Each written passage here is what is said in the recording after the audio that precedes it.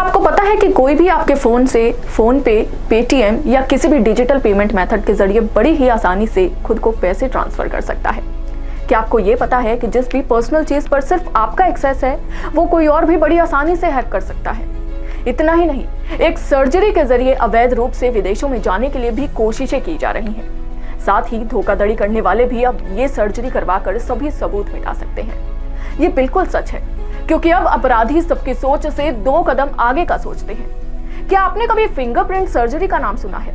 नहीं सुना होगा, क्योंकि इस सर्जरी की जरूरत ज्यादातर अपराधियों को है या फ्रॉड करने वाले लोगों को पड़ती है। नमस्कार, मैं हूं आपके साथ कांची बंसल। आप देख रहे हैं जनहित टाइम्स। फिंगरप्रिंट सर्जरी करवाने वाले और करने वाले गिरोह का भांडाफोड़ भारत में हुआ है। तेलंगाना पुलिस ने 2 ऐसे शातिर लोगों को गिरफ्तार किया है जो मात्र 25-25 हजार रुपए लेकर लोगों की उंगलियों के निशान ही बदल दे रहे थे।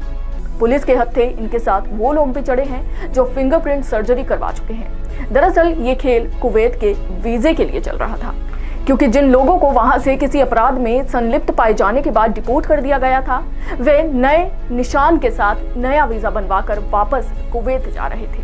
ये गिरोह सिर्फ तेलंगाना में ही सक्रिय नहीं था, बल्कि केरल से लेकर राजस्थान तक में मानव तस्करों की मदद कर चुका था। अब तक तो हम यही समझते थे कि किसी संदिग्ध को पकड़ने के लिए या किसी अपराध की गुत्थी सुलझाने के लिए एक फिंगरप्रिंट पूरी तरह से पुख्ता सबूत साबित होता है। लेकिन आप चौंक जाएंगे कि धोखाधड़ी करने वालों ने भी इसकी काट निकाल ली है, और ये बहुत ही खतरनाक संकेत है। तेलंगाना पुलिस ने 2 लोगों को पकड़ा है जो मानव तस्करी के लिए इस तरह के फिंगरप्रिंट सर्जरी को अंजाम दे रहे थे।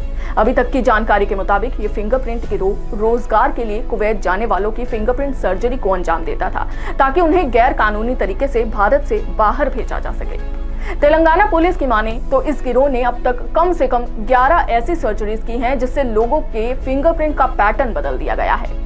ये सर्जरी तेलंगाना के साथ ही राजस्थान और केरल में भी किए गए। ये गिरोह हर सर्जरी के लिए 25 हजार रुपए की उगाही करता है।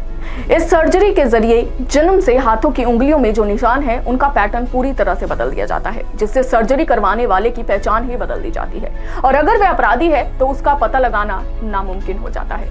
इस मामले में पुलिस के हत्थे 2 ऐसे लोग भी चढ़े हैं जिन्होंने फिर से कुवैत में एंट्री के लिए ऐसी सर्जरी करवाई है। इन दोनों को भी गिरफ्तार कर लिया गया है। पुलिस के मुताबिक इन्हें कुवैत से निर्वासित किया गया था, लेकिन वे इस सर्जरी की मदद से वहां फिर से घुसने की फिराक में थे। पुलिस ने सर्जरी के लिए इस्तेमाल होने वाली मेडिकल किट और बाकी सबूत भी जब्त कर लिए हैं। अब सवाल ये खड़ा होता है कि फिंगरप्रिंट सर्जरी आखिर है क्या? दरअसल जिन लोगों को आपराधिक गतिविधियों के चलते कुवैत से निर्वासित किया गया था, उन्हें इस सर्जरी से अधिकारियों को चकमा देने में सहायता मिल रही थी। इस सर्जरी में दोनों मुख्य आरोपी टारगेट के फिंगरटिप की ऊपरी परत काट देते थे, टिश्यू का भी हिस्सा हटा देते थे और फिर से उसे स्टिच कर देते थे।